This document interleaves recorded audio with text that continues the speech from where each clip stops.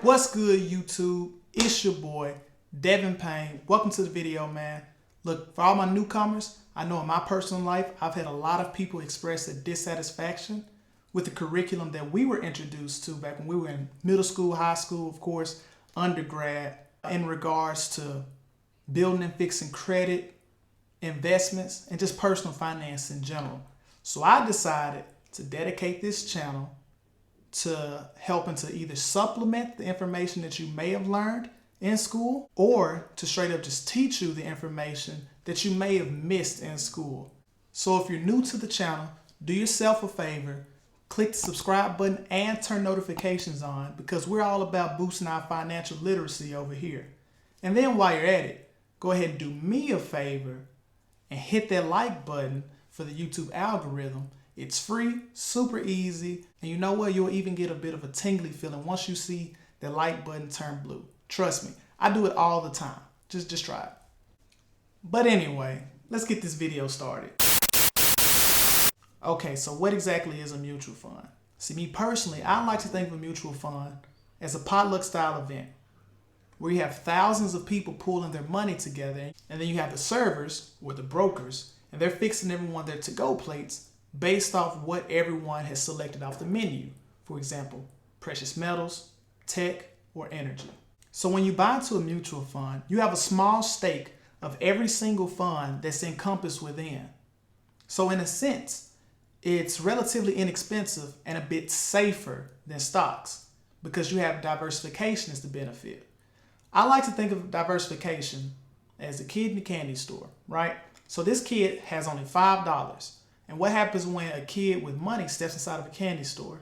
Their eyes light up, they see everything they could possibly have, but how can you possibly get a taste of everything with just $5? How do they choose? What happens if they just spend all of their money on one piece of candy or one stock and it tanks, it expires, it's just no good? You know, it just doesn't live up to its expectations. Well, think of a mutual fund as a box of assorted candy, where you get a small taste of every single thing that you could possibly want. And when I say everything they possibly want, they get to pick. Do you want something fruity? Do you want something chocolatey, chewy, salty?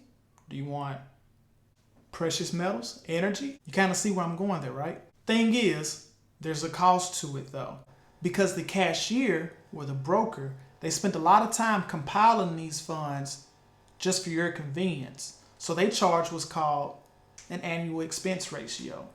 You could think of this as a bit of a sales tax.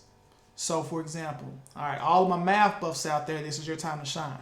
If you have an annual expense ratio of 0.14%, you'll be getting charged an average of $14 per every $10,000 that you have invested.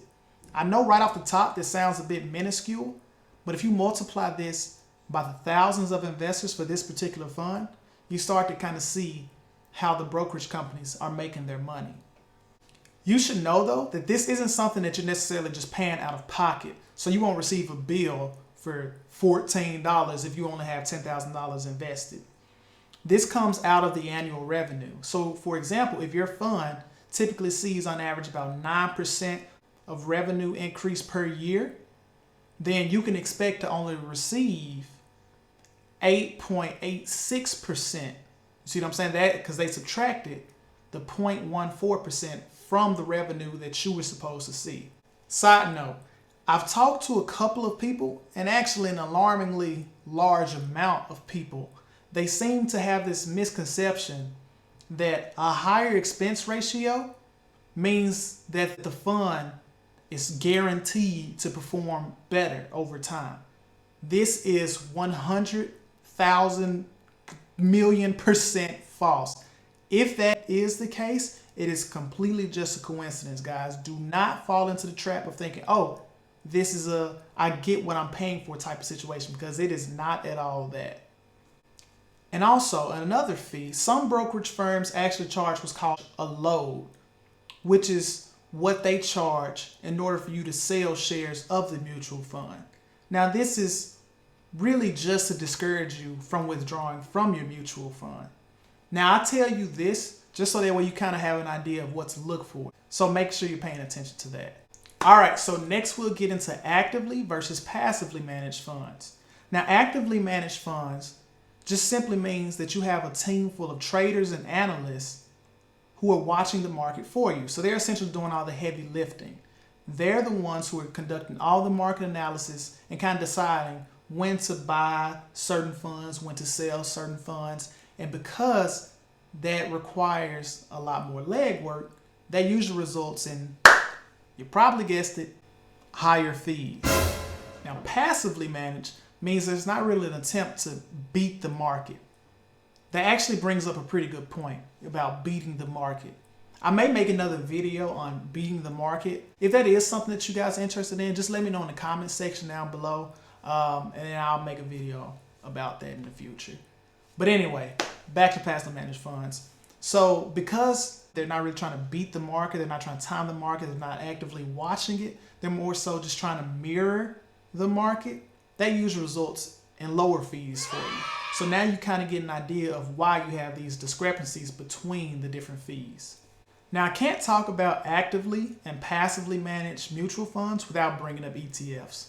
Okay, so now I know you probably have seen mutual funds, ETFs, stocks, and it's a little bit daunting at first, but I mean, again, like I said, that's why I'm here.